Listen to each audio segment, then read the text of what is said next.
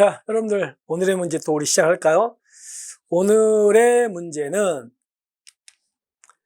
경찰청 예규인 경찰 물리력 행사의 기준과 방법에 관한 규칙의 내용입니다. 이거 많이 나오죠? 자, 그러면 먼저 이거부터 할게요. 우리가 대상자가 어떻게 하느냐에 따라서 경찰의 대응도 달라지는 거 아닙니까? 첫 번째, 경찰이 뭔가를 지시하니까 상대방이 그대로 따라줍니다. 따라주는 걸 우리가 뭐라고 합니까? 이걸 순응한다고 하죠. 순응합니다. 그 다음에 지시했는데 안 따르는데 이제 저항을 하는데 무슨 저항이 있다고요? 소극적 저항이라는 게 있죠. 소극적 저항. 그 다음에 이제 적극적 저항이라는 게 있죠. 그 다음에 네 번째가 이제 폭력적 공격. 그리고 마지막으로 치명적 공격. 이렇게 5가지 행위가 있습니다. 그럼 여기에 맞춰가지고 우리 경찰도 순응이라면 무슨 통제입니까? 협조적 통제죠. 그리고 협조적 통제는 나머지 다 쓸 수 있습니다. 그 다음에 소극적 저항이라는 건 접촉 통제잖아요. 그러면 소극적 저항에는 협조적 통제도 쓸 수 있고 이것도 쓸 수 있다 이렇게 되겠죠, 그죠? 근데 순응에는 이걸 쓰면 안 되겠지, 그죠? 이런 구조. 그리고 적극적 저항에는 무슨 물리력이다? 저위험 물리력이죠. 그 다음에 폭력적 공격에는 뭐가 있다? 중위험 물리력.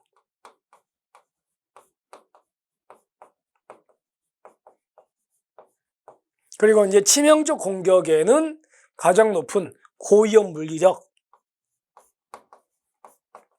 자, 이렇게 있다는 걸 여러분들은 기억하시면 됩니다. 그럼 보세요.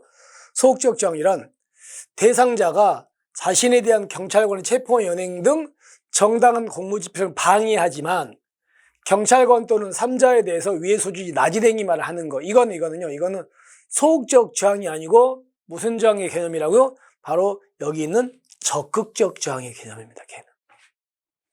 그러니까 대상자가 자신에 대한 경찰 체포 연행 등 정당한 공무집행을 방해하는데 위해 수준이 낮은 행위를 하는 거. 이런 게 바로 적극적 저항이에요. 그럼 여러분들 소극적 저항은 어떤 겁니까? 소극적 저항은 대상자가 경찰관의 지시나 통제를 따라요, 안 따라요? 안 따르고 비협조적이야. 비협조적인데 경찰관이나 3자한테 직접적인 위해는 가지 않는 거지.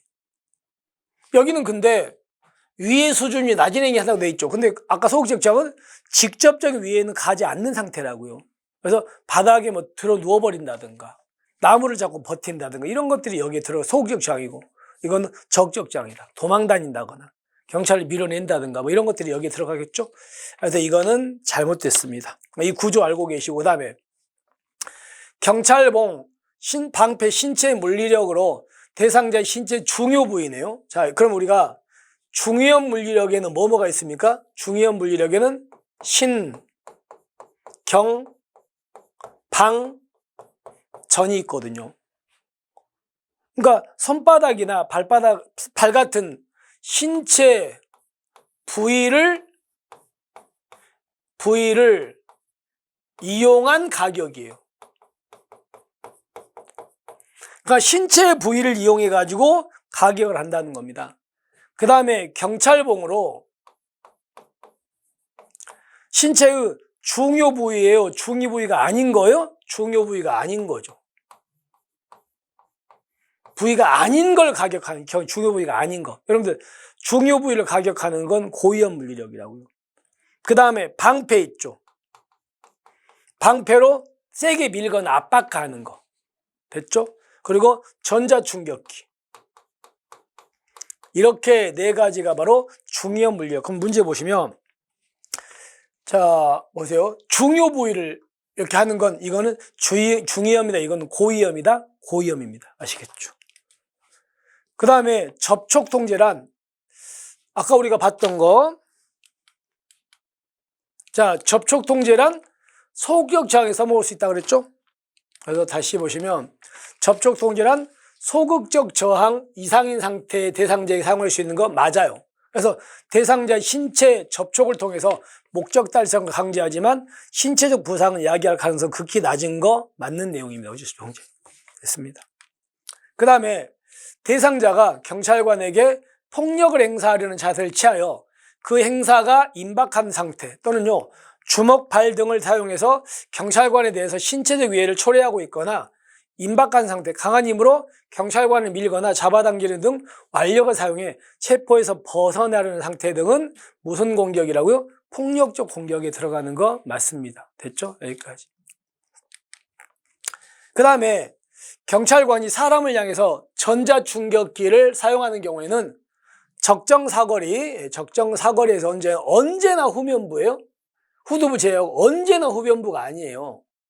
언제나 후면부나 전면부에 흉골 위아를 조준한다. 이렇게 되는데 언제나 때문에 X. 어떤 경우가 있냐면 이게 원칙인데 어떤 경우가 있냐면 대상자가 두껍거나 헐렁한 상의를 착용하는 경우 있잖아요. 그럼 대상자의 옷이 두껍거나 헐렁한 상의를 착용했다면 전극침을 쏴도 효과가 없다. 이렇게 판단돼. 이렇게 판단되면 그때는 대상자의 하체를 조준할 수 있습니다. 그때는 하체를. 이런 경우는. 자, 그렇게 해가지고 언제나 때문에 X. 자, 그럼 결론적으로 첫 번째는 소극적 저항이 아니고 적극적 저항이다. 그리고 신체 중요 부위를 가격하는 것은 중위험이 아니고 고위험이다. 그리고 여기는 언제나가 아니고 두껍거나 헐렁한 옷을 입어서 전극침 효과가 없다면 하체를 조준할 수도 있다. 됐죠? 그래서 이렇게 3개가 잘못됐고 중간에 2개는 맞다. 이렇게 되겠습니다. 됐습니까? 자, 이렇게 해서 우리가 이제 여기까지 정리를 했고요. 그리고 이제 총론 1에서 마지막 파트가 우리 책에 보니까 이제